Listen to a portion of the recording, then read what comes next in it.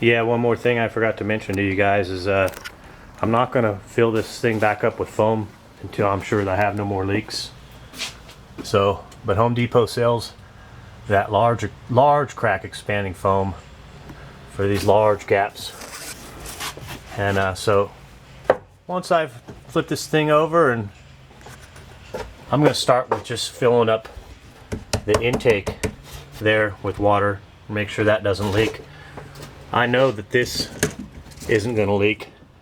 I got a threaded cap in there with PVC glue and a clamp. That's not going to leak.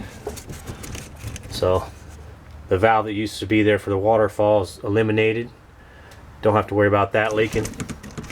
And yeah, so I just want to make sure that there's no more leak on the bottom of this intake, and then I'll drain it, flip it back up, fill all this back with a few cans of that foam.